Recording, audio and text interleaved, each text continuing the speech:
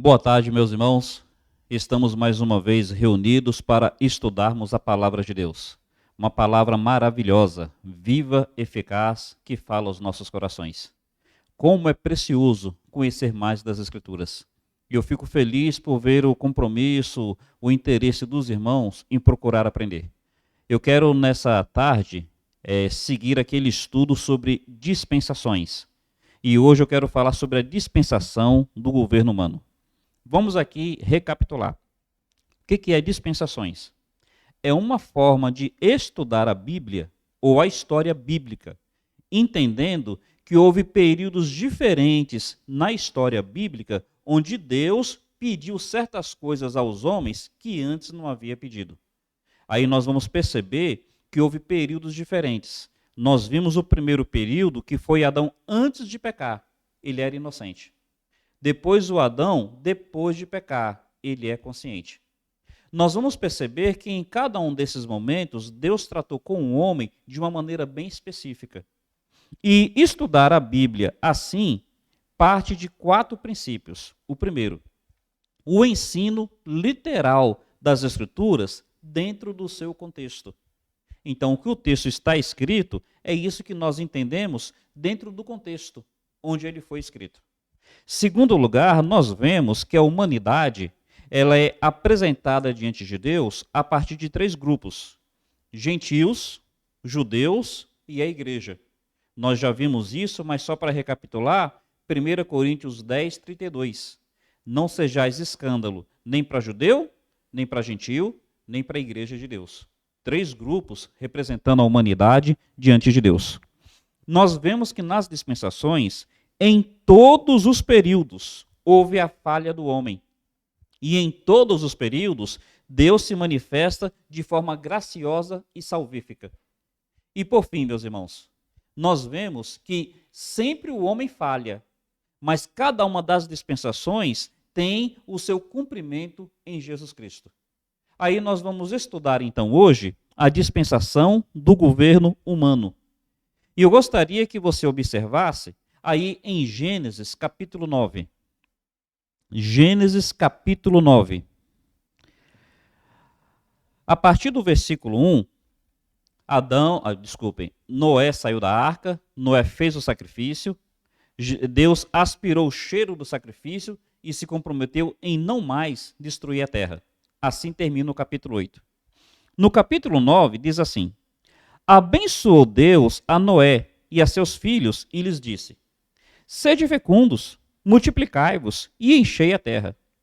Pavor e medo de vós virão sobre todos os animais da terra e sobre todas as aves dos céus. Tudo o que se move sobre a terra e todos os peixes do mar nas vossas mãos serão entregues. Tudo o que se move e vive ser-vos-á para alimento. Como vos dei a erva verde, tudo vos dou agora. Carne, porém, com sua vida, isto é, com seu sangue, não comereis. Certamente requerereis o vosso sangue, o sangue da vossa vida. De todo animal o requererei, como também da mão do homem. Sim, da mão do próximo, de cada um requererei a vida do homem. Se alguém derramar o sangue do homem, pelo homem se derramará o seu, porque Deus o fez, o homem segundo a sua imagem. Sede fecundos, multiplicai-vos e enchei a terra, e multiplicai-vos nela. Meus irmãos, eis aqui um novo período. O que nós estamos percebendo? Noé saiu da arca, e ao sair da arca, Deus se volta a Noé, assim como ele se voltou a Adão. E Deus vai pedir algo de Noé. Primeiro Deus começa abençoando, porque Deus ele é sempre gracioso. Abençoou Noé, olha, espalhe pela terra, sede fecundo, multiplicai-vos. E aí Deus vai mostrar algumas coisas que antes não aconteciam. Versículo 2, observe bem o que ele diz. Pavor e medo de vós virão sobre todos os animais da terra. Meus irmãos, antes do dilúvio, não existia pavor entre os animais. Antes do dilúvio, não havia agressividade de um animal para outro animal. Às vezes, as pessoas, por não terem compreensão da história bíblica, porque elas não conhecem essas passagens ou nunca atinaram para elas, às vezes elas se perguntam, como é que estavam aqueles animais na arca e um animal não matou o outro? Como é que estava um leão e o leão não matou a ovelha? Como é que estava assim, de repente, o lobo e o lobo não atacou outro animal? Ou o urso? Por que esses animais não atacaram Noé? Meus irmãos, observe aqui. Só depois que saíram da arca é que começou a haver pavor entre os animais. Até então, não existia as feras no sentido de agressividade. Primeiro lugar que a gente está percebendo nesse novo período. Percebe que no ensino das dispensações, nós percebemos que existem novos momentos, novas realidades do homem. Aqui Deus está estabelecendo que a partir de agora haverá pavor, haverá um tipo de agressividade de um animal para com o outro e dos animais para com o homem. Observe também o que é dito no verso 3. Tudo que se move e vive, ser-vos-á para alimento. Como vos dei a erva verde, tudo vos dou agora. Outra curiosidade. Antes do dilúvio, todos os seres da terra, eles eram herbívoros. Eles só comiam vegetais. Só para ficar mais claro, abre aí em Gênesis capítulo 1, versos 29 e 30. Dizem assim, Gênesis 1, versos 29 e 30, no início da criação. Disse Deus ainda, eis que vos tenho dado todas as ervas que dão semente e se acham na superfície de toda a terra, e todas as árvores em que há fruto, que dê semente, isso vos será para alimento. Verso 30. E a todos os animais da terra, e a todas as aves dos céus, e a todos os répteis da terra, em que há fôlego de vida, toda a erva verde lhe será para alimento. E assim se fez. Percebem, meus irmãos, um novo momento agora? Antes do dilúvio, todos os animais, assim como o homem, eram herbívoros. E não existia inimizade entre os animais. A partir de agora, tanto o homem quanto os animais, eles se tornarão carnívoros. E haverá pavor de animal para animal e de homem para animal. O que é isso? É o que nós chamamos de cadeia alimentar. Então, como é que funciona a cadeia alimentar? Quer dizer, um animal se alimentando do outro. E aí a Bíblia está nos dizendo que isso só começou a acontecer a partir do dilúvio, depois que Noé saiu da arca. Eu fico imaginando algumas possibilidades. Uma delas é porque o ecossistema antes do dilúvio era de uma forma. O ecossistema depois do dilúvio, de outra forma. Quer dizer, houve uma mudança na natureza. Talvez seja essa uma das razões. Mas o fato que a gente está estabelecendo aqui, que a Bíblia está dizendo claramente que agora há um novo período, que agora há uma nova dispensação. É um novo momento. Antes não era assim, agora é. E qual é a responsabilidade do homem? O que Deus coloca para o homem? Volte lá para o capítulo 9 e você perceberá, no verso 3, o homem pode comer de tudo. No verso 4, há um limite. Carne com a sua vida. Então, o Deus Todo-Poderoso, ele está dizendo o seguinte, olha, eu quero que você saiba que eu continuo sendo aquele que estabelece os limites. Deus é aquele que dá liberdades, Deus é aquele que estabelece limites. Meus irmãos, nós precisamos entender isso em todos os momentos da história do homem. Lá no Éden, antes do pecado, Deus deu liberdade. De todas as árvores poderão comer. Mas Deus estabeleceu limites. Dessa, do conhecimento do bem e do mal, não comerá. Agora, nesse momento, Deus está dando liberdade. De todos os animais que se movem, você pode comer. Todos os animais. Mas olha, nenhum deles você vai comer com sangue. E ele vai mostrar um princípio por trás disso. Observe, por favor, o versículo 5. Certamente requererei o sangue da vossa vida. De todo animal requererei, como também da mão do homem. Sim, da mão do próximo de cada um requererei a vida do homem. Deus vai dizer, olha, nessa dispensação aqui, você agora tem uma responsabilidade com o seu próximo. Nessa dispensação aqui, você tem uma responsabilidade em preservar a vida do seu próximo. Meus irmãos, observem que é um novo momento. Na dispensação anterior, Caim matou Abel e não aconteceu nada com Caim. O próprio Deus colocou um sinal para preservar Caim.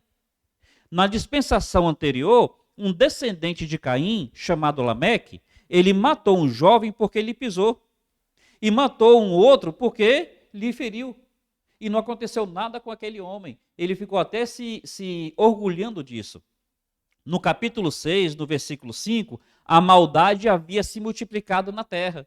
Então, o que nós percebemos na dispensação anterior? Que havia agressividade do homem para com o homem. E como era um período de consciência, não havia uma autoridade maior sobre o homem que não a sua consciência, ele fazia e ficava por isso. Nessa dispensação, Deus está dizendo, olha, eu vou requerer de você o sangue do seu próximo. Observe, por favor, o verso 6. Se alguém derramar o sangue do homem, pelo homem se derramará o seu. Se alguém derramar o sangue do homem, pelo homem derramará o sangue dele. Deus está dizendo que a partir deste momento começaria a haver uma lei chamada pena de morte. Quem matou deve morrer. Meus irmãos, a pena de morte é bíblica. Eu não quero discutir se deve ser aplicada hoje, mas quem instituiu a pena de morte foi o próprio Deus. Deus, nesse momento, está colocando sobre a sociedade, está colocando sobre os homens o compromisso de punir o assassinato com a morte do assassino. E aqui ele está dando a razão para isso. Finalzinho do versículo 6 diz, porque Deus fez o homem segundo a sua imagem. Olha, a vida do homem é tão importante, é a imagem de Deus, que se alguém matar o homem, esse alguém que não está valorizando a imagem de Deus, também deve morrer. Percebeu aí o novo momento que nós estamos vivenciando na história bíblica, na história da humanidade? Então, qual é o compromisso agora desse novo momento? Compromisso 3. Primeiro, compromisso sacerdotal. Lembra que quando Adão pecou, então o sangue precisou ser derramado, o sangue de um animal? Lembra que Caim ofereceu sacrifício à sua maneira, Abel ofereceu a maneira dele? Até ali era uma coisa individual.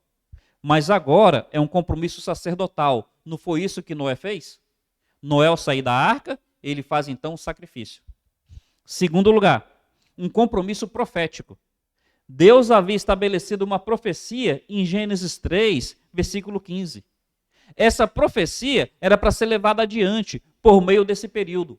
Os pais passando para os filhos, o homem passando para a sua sociedade. Em terceiro lugar, o compromisso de preservar a vida. Preservar a vida, de tal maneira que se alguém matasse, esse alguém deveria morrer. Meus irmãos, os povos primitivos, até hoje, eles têm resquício deste período. Os povos primitivos, eles têm uma coisa que se chama reis sacerdotes. Observe, por favor, se não é assim. Vamos lembrar aqui de algumas situações de reis sacerdotes. Nós sabemos que quando Jesus Cristo nasceu, foram até ele alguns reis, e o texto chama de reis magos. Percebe reis sacerdotes? Nós sabemos que entre os povos primitivos, como os maias, os astecas e os incas, os reis tinham essa função sacerdotal. Nós sabemos que culturas como a japonesa, por exemplo, eles ainda praticavam a ideia de culto ao imperador, que foi uma distorção do rei sacerdote. Foi uma distorção, mas eles ainda praticavam. E tem uma curiosidade, essa eu acho bem mais interessante que as demais, tem uma curiosidade acerca da China. A China é um povo que se orgulha por ter uma história ininterrupta de cerca de 4.500 anos. Meus irmãos, a história dos chineses remetem à Torre de Babel. E eu queria te dar uma sugestão. Entra na internet e você coloca assim na internet, o livro de Gênesis na língua mandarim. A língua dos chineses é mandarim. Aí vocês vão perceber que eles, na sua cultura, eles preservam muitos traços do livro de Gênesis. E entre esses traços, existe uma coisa que eles praticavam chamada sacrifício imperial. O imperador chinês, ele por séculos, aliás, por milênios, ele praticava uma coisa chamada sacrifício imperial. Eles pararam de praticar no século passado, 1900 e alguma coisa. Como é que era esse sacrifício imperial? É uma coisa milenar. Eles tinham isso de cerca de 4.000 anos. O sacrifício imperial, ou chamado sacrifício das fronteiras, o imperador, ele ia no solstício de inverno, na fronteira norte, e fazia o sacrifício. O solstício de verão, ele ia na fronteira sul e fazia o sacrifício. Esse sacrifício, eles faziam a uma divindade chamada Shangdi. E o que significa Shangdi? Deus dos céus. Eles faziam esse sacrifício, é um sacrifício que, se você observar, vai ter uma semelhança com o sacrifício de Levíticos, com o sacrifício do sumo sacerdote. Por que isso? Meus irmãos, é porque o livro de Gênesis tinha estabelecido um novo período. Nesse novo período, havia o governo humano. Enquanto que no período da consciência, cada um respondia por si, nesse novo período, observe bem o que diz o versículo 6. Se alguém derramar o sangue do homem, pelo homem se derramará o seu sangue. Agora, há um compromisso com a sociedade na qual a pessoa vive. A sociedade precisava cobrar do indivíduo. E aí, o que acontece? A responsabilidade do governo humano se baseava nesses três aspectos. O sacerdotal, lembrando que havia um sacrifício pelo qual o homem deveria se chegar a Deus. O profético, lembrando que havia uma profecia de que no futuro alguém venceria o poder do diabo sobre o homem. E o compromisso de preservar a vida, porque a vida é imagem e semelhança de Deus, o homem. Assim, meus irmãos, tendo entendido como é que funcionava essa dispensação, nós vamos perceber que realmente houve falhas. Por exemplo, Noé se embriaga. Há uma discussão de como é que foi essa embriaguez de Noé. Nessa discussão, uma possibilidade que já aventaram. Qual era a possibilidade que já aventaram? Que, como Noé, no período antediluviano, ele vivia num contexto climático, então parece que o suco de uva não fermentava tão rápido ou não fermentava em tal intensidade. Aí a possibilidade é que ele, tendo saído da arca, ele vai lavrar a terra e ele planta uva. Ele colhe a uva como fazia antes. Mas talvez, devido a essa nova realidade climática, a fermentação foi maior do que havia antes. Então ele pode ter se embriagado de uma forma, entre aspas, inocente. Não, inocente não é, porque desde quando o homem pecou, ele deixou de ser inocente. Mas talvez ele não tivesse intencionado esse nível de embriaguez. É uma possibilidade? É. No entanto, não dá para a gente bater o martelo e dizer que seja isso. O fato é que, ao se embriagar, ele fica totalmente nu. Ele se descobre. E aí, mais uma vez, nós fazemos uma semelhança com Adão. Porque o pecado de Adão estava associado com a sua nudez. O pecado de Noé trouxe alguma coisa associada à nudez. Tem alguma lição aí? É para a gente refletir. Estou só citando fatos. O que acontece é que um dos filhos de Noé vem até ele zombando. Vê o pai ali nu, aí ele volta para os irmãos e começa a zombar. O que acontece? Difícil da gente poder bater martelo. Será que o filho só desrespeitou no sentido assim de zombar mesmo? Ou será que o filho cometeu algum ato de indecência com o pai?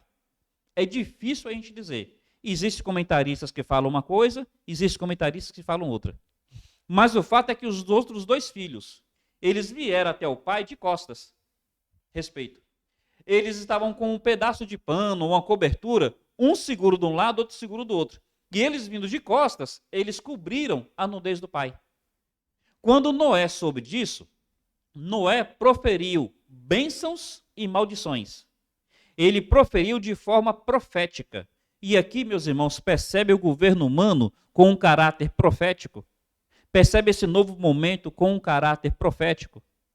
Noé vai falar sobre Cão, sobre Jafé e sobre Sem. E o que Noé fala se cumpre. Eu tenho uma curiosidade para lhes trazer, que é para a gente tomar cuidado. Quando Noé vai falar sobre Cão, Noé amaldiçoa não os canitas. Noé amaldiçoa os cananeus. Então, o primogênito de Cão é Canaã. Aí Noé vai dizer assim, ó, maldito seja Canaã. Por que é importante nós entendermos isso? Porque quando nós estudamos a divisão dos povos, nós percebemos que os africanos, eles são canitas, são descendentes de Cã. E existe um grupo religioso que hoje não defende isso. Mas esse grupo religioso já chegou a dizer que os negros, eles foram escravizados por causa dessa maldição. Meus irmãos, tomemos cuidado. Quem ensinava isso eram os mormons. Não sei se ensina ainda. Tomemos cuidado. A maldição não foi sobre os canitas de uma forma geral. Foi sobre os cananeus. E como é que é essa maldição? Noé está dizendo, olha, Cã, assim como você é um filho que me trouxe vergonha, você vai ter um filho que também vai te envergonhar. Que foi o caso de Canaã, foi o caso dos cananeus. Aí eu estou falando sobre possibilidades. Talvez Canaã estivesse com Cão quando afrontou Noé. Possibilidades. Mas apenas curiosidade para a gente ter uma percepção melhor do texto bíblico. Qual é o ponto principal da falha do governo humano? Qual é o ponto principal? E é esse daqui que a gente precisa atentar de uma forma especial. Olha o capítulo 10.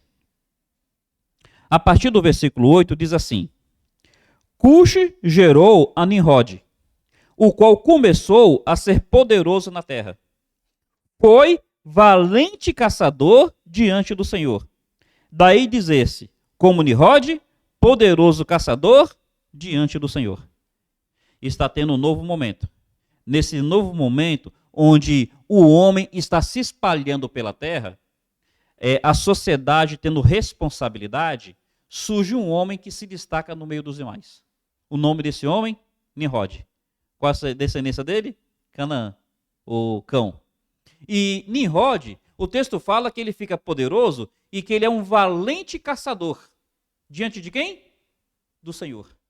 O que a gente pode entender aqui? A ideia de ser caçador não é errada. Porque Deus havia dito que a partir desse momento haveria pavor dos homens e dos animais. Então os homens realmente caçariam os animais. No entanto, quando fala valente caçador diante do Senhor, Flávio Joséfo, historiador da época de Cristo, ele disse que Nimrod ele era um caçador de almas. Então parece que ele era poderoso porque ele escravizava as demais pessoas. Era o poder da intimidação. Era o poder de matar aqueles que não fizessem aquilo que ele quisesse. Então, olha, a dispensação aqui era para preservar a vida. E Nimrod, talvez, ele fosse um caçador de almas. E algo mais. Diante do Senhor, parece que ele é um caçador que afrontava o Senhor. Percebe a ideia aí de talvez ser uma rebeldia consciente e declarada? E o que vai acontecer então? Versículo 10. O princípio do seu reino foi Babel. É importante nós entendermos que Nimrod está associado a Babel. Foi ele que começou a reinar em Babel. Porque é em Babel que nós perceberemos o término da dispensação do governo humano. O princípio do seu reino foi Babel, Ereque, Acade e Calné, na terra de Sinear. Aí está sendo apresentado Nimrod. No capítulo 11, começa dizendo assim: Em toda a terra havia apenas uma língua e uma só maneira de falar. Sucedeu que, partindo eles do Oriente, deram numa planície na terra de Sinear. Lembra que Nimrod começou em Babel, na terra de Sinear? E habitaram ali. Disseram uns aos outros: Vinde, façamos tijolos, queimemo-los. Os tijolos serviram de pedra, betume de argamassa. Disseram: Vinde, edifiquemos para nós uma cidade e uma torre, cujo topo chegue aos céus. Tornemos célebre o nosso nome, para que não sejamos espalhados por toda a terra. O que está acontecendo, meus irmãos? Nesse período de governo humano, onde a sociedade deveria responder pelo indivíduo, surge uma pessoa que fica poderosa, é Nimrod. Ao invés da sociedade conter o ímpeto caçador de Nimrod, se for caçador de almas, ao invés de conter a sua rebeldia, a sociedade vai apoiar Nimrod nesse intento. O que Deus havia pedido para Noé? Compara, por favor, Gênesis 9. No versículo 1, ele diz assim: abençoou Deus a Noé e seus filhos e lhes disse: sede fecundos, multiplicai-vos e enchei a terra. Olha o verso 7 de novo. Mas sede fecundos, multiplicai-vos, povoai a terra. Deus por 2 vezes tinha dito, ele enfatizou, olha, se espalhe pela terra. Se espalhe pela terra. Aí vem então, nesse período onde surge alguém que é poderoso, esse alguém é um poderoso caçador diante de Deus, um valente caçador, uma pessoa claramente rebelde, ele toma a iniciativa de não se espalharem, de ficar no mesmo lugar. Porque ele é um valente caçador diante de Deus, ele é rebelde, ele é valente diante de Deus, ele não quer aceitar o que Deus falou. E o que a sociedade faz? A sociedade apoia Nimrod, se une a Nimrod para construir a Torre de Babel. Observe, por favor, que o objetivo da Torre de Babel, no versículo 4, é que chegasse até os céus. O que a gente vai entender aqui, meus irmãos? E aqui está uma lição muito importante, que os nossos olhos se abram para perceber isso. O objetivo do governo humano não era o sacerdócio? Deus havia estabelecido um meio de se chegar a ele, é por meio do sacrifício de animais, o inocente no lugar do pecador. O objetivo do governo humano não era preservar a profecia? Ora, virá alguém que vai resolver o nosso problema, vai pisar na cabeça do diabo, vai esmagar a cabeça da serpente. O objetivo do governo humano não era preservar, valorizar a vida? Quando surge esse personagem que não valoriza a vida, é um poderoso caçador, a sociedade o apoia, então está rompendo com aquilo que se esperava dela. Segundo lugar, porque ele queria chegar aos céus por meio de uma torre, então ele está dizendo que não precisa mais do sacerdócio.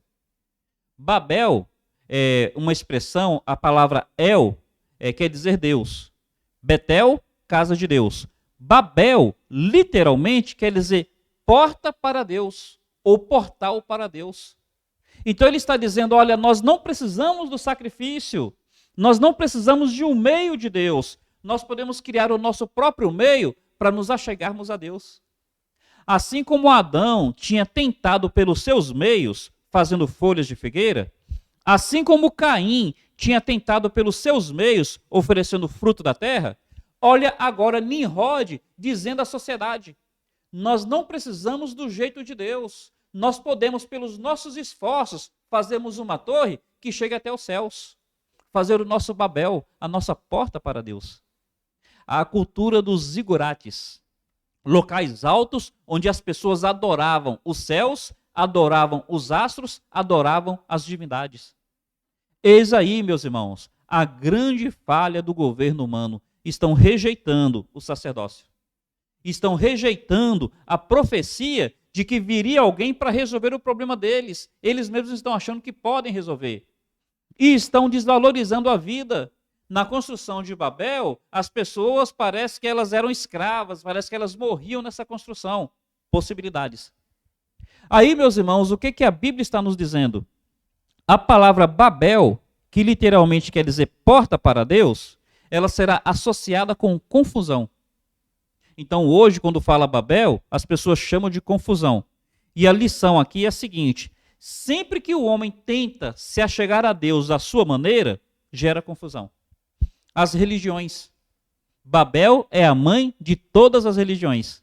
As religiões são tentativas do homem se achegar a Deus. E as religiões, o que elas geram? Confusão. Uma diz que é desse jeito, outra diz que é daquele jeito, a quarta de uma terceira, e aí por aí vai. O que gera? Confusão. Babel. O homem tentar chegar a Deus pelos seus esforços só gera confusão.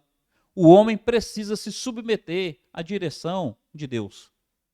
que vai acontecer então nessa dispensação? Versículo 5. Então desceu o Senhor para ver a cidade e a torre, que os filhos dos homens edificavam. E disse o Senhor: eis que o povo é um, todos têm a mesma língua. Isso é apenas o começo. Agora não haverá restrição para tudo o que intentarem fazer. Vinde, desçamos e confundamos a sua linguagem, para que não entenda um a linguagem do outro. Verso 8. Destarte, o Senhor os dispersou dali pela superfície da terra, e cessaram de edificar a cidade. Chamou-se-lhe, pois, isso, o nome de Babel, porque ali confundiu o Senhor a linguagem de toda a terra, e ali os dispersou por toda a superfície da terra. Assim termina a dispensação do governo humano. Começou com a saída de Noé da arca e termina com a destruição da Torre de Babel. Nós percebemos que nisso tudo o homem está sempre falhando na responsabilidade que Deus coloca sobre ele. Mas, meus irmãos, algo importante para nós sabermos, e aqui está a maravilha de Jesus Cristo. Aqui nós percebemos mais e mais as maravilhas de Jesus Cristo. O que o homem não consegue fazer, aquilo tudo é feito por meio de Cristo. Em cada uma das dispensações existe a falha do homem. E em cada uma das dispensações nós percebemos como é que Cristo atende à exigência de Deus. Na dispensação da inocência, Adão perdeu sua inocência, Cristo permanece inocente. A dispensação da consciência, o homem não conseguiu agir a partir da sua consciência e agradar a Deus. Jesus, pela sua consciência, fez tudo aquilo que o Pai pedia. Na dispensação do governo humano, o homem não consegue atender aquilo que Deus está pedindo, um governo submisso a ele.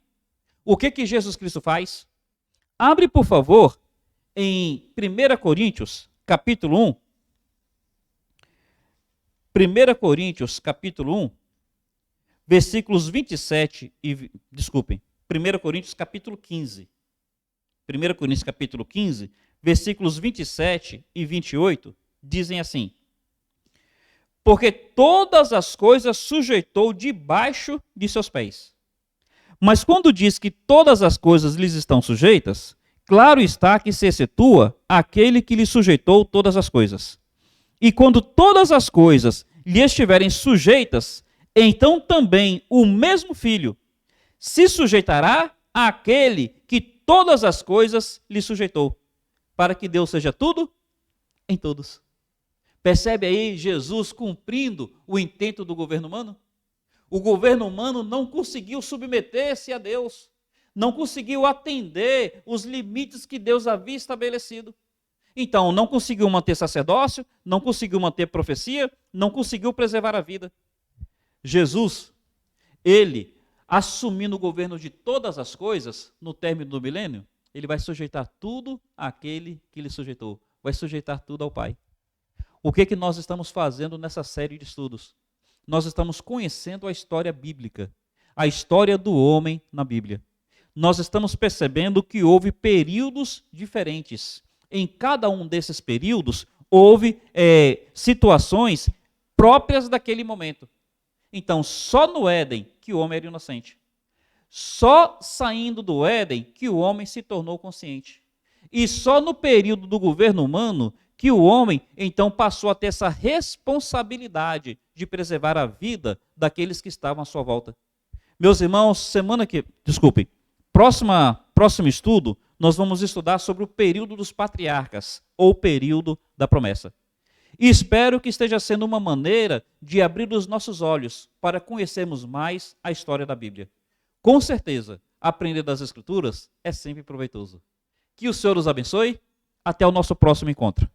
Termino dizendo que amanhã, quarta-feira, nós teremos o nosso culto de estudo e oração aqui na igreja. Os que puderem estar presentes, será a partir das 19h30. Um carinhoso abraço a todos vocês. Até mais.